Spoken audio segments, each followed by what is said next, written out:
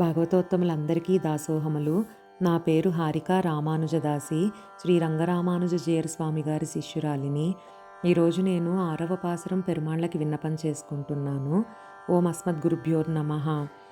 புள்ளும் சிலம்பினகான் புள்ளரையின் கோயிலில் வெள்ளை விழிசங்கின் பேரரவம் கேட்டிலையோ பிள்ளா எழுந்திராய் பேய்முலை நம்ஜுண்டோ கள்ளச்சகடம் கலக்கழியக் காலோச்சி வெள்ளத்தரவில் துயிலமரந்த வித்தினை உள்ளத்து கொண்டு முனிவர்களும் யோகிகளும் மெல்ல எழுந்தரியேன்ற பேரரவம் உள்ளும் புகந்து குளிரிந்தேலோரெம்பாவாய்.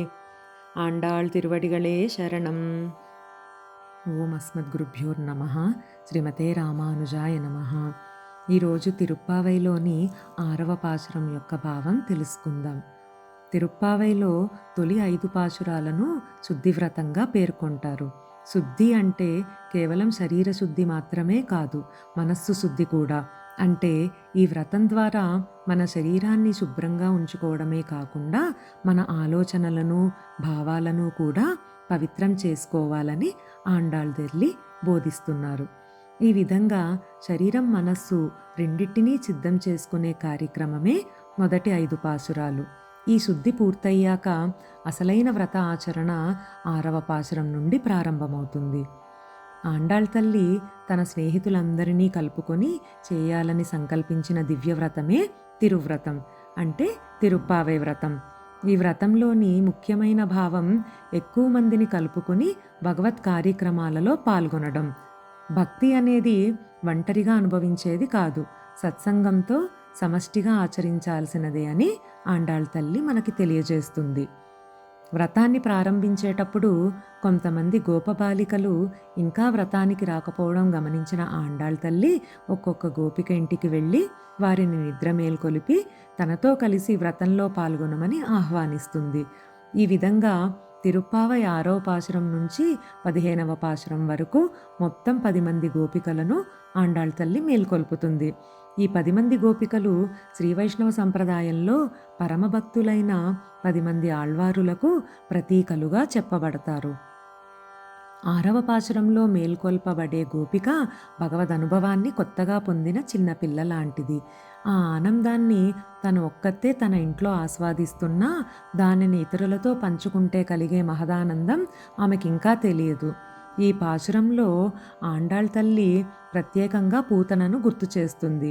పూతన బయటకు ఎంతో ప్రేమతో తల్లి వేషంలో వచ్చింది, కానీ ఆమె లోపల విషంతో నిండి ఉంది. విషపూరితమైన తన పాలతో కృష్ణుని చంపాలని ప్రయత్నించింది, కానీ చిన్ని కృష్ణుడు ఆ విషాన్ని తాగి పూతననే సంహరించాడు. ఇక్కడ ఆండాళ్ తల్లి మనకు ఒక ముఖ్యమైన బోధ ఇస్తుంది.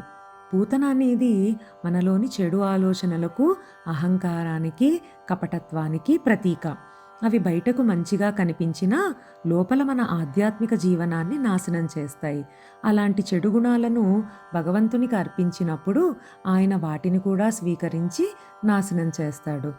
పూతనకు మోక్షం లభించినట్లు మన లోపాలని కూడా భగవంతుడు కరుణతో పరివర్తన చేస్తాడు. అందుకే ఆండాళ్ గోష్ఠి ఆమెను ఈ విధంగా సంబోధిస్తుంది. ఓ చిన్నారి, ఆహారాన్ని సంపాదించుకోవడానికి తెల్లవారుజామునే పక్షులన్నీ లేచి కిలకిలలాడుతున్నాయి. ఆ పక్షులకు నాయకుడు గరుత్మంతుడు. ఆ గరుత్మంతుని స్వామి అయిన శ్రీ మహావిష్ణువు ఆలయాలలో తెల్లని శంఖం యొక్క గంభీరమైన ధ్వని వినిపిస్తోంది. అయినా నీవింకా నిద్రలోనే ఉన్నావా? లేచిరా. ఇది కేవలం శరీరాన్ని నిద్రలేపే పిలుపు కాదు, భగవంతుని అనుభవాన్ని అందరితో పంచుకుంటూ శుద్ధమైన మనస్సుతో సత్సంగంతో వ్రతాన్ని ఆచరించమనే ఆధ్యాత్మిక ఆహ్వానం. ఆండాళ్ దివ్య తిరువడిగళే శరణం. ఈ అవకాశాన్ని కల్పించిన పెద్దలందరికీ దాసోహములు.